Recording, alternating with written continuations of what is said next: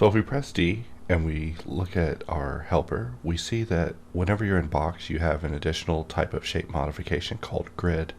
However, when you jump to something like custom, custom doesn't actually have the grid modification, but it does have its own custom slider. In fact, InGun also has its own custom slider, and Circle has its own custom slider. However, Box does not have its own custom slider, which makes it kind of lonely. But whenever we're looking at custom, we see that with its slider, we're able to go in and specify which shape we want to do. But this little button at the end replaces the hotkey of C. Basically, by clicking this, we can mark a shape as a custom cutter, and every time we cut, the shape that we're cutting is actually being used as the custom cutter, which can be used to get some really interesting procedural combinations if you're just getting started with when it comes to Boxcutter, just looking for a fun time.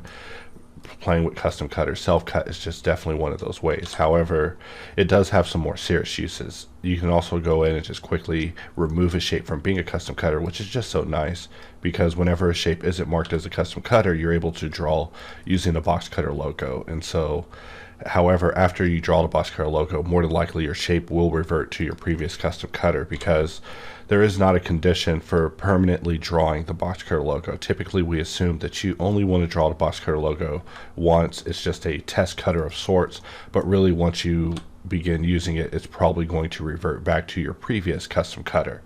But just a little bit about custom cutter and why it has its own slider. Sometimes on the fly, you really just want to get in here and just specify what you want to be your custom cutter by clicking the plus button. Also, the C keys still is existent. We're not replacing any of the hotkeys. We're simply just centralizing the ability to use Boxcutter without as much knowledge of hotkeys being required.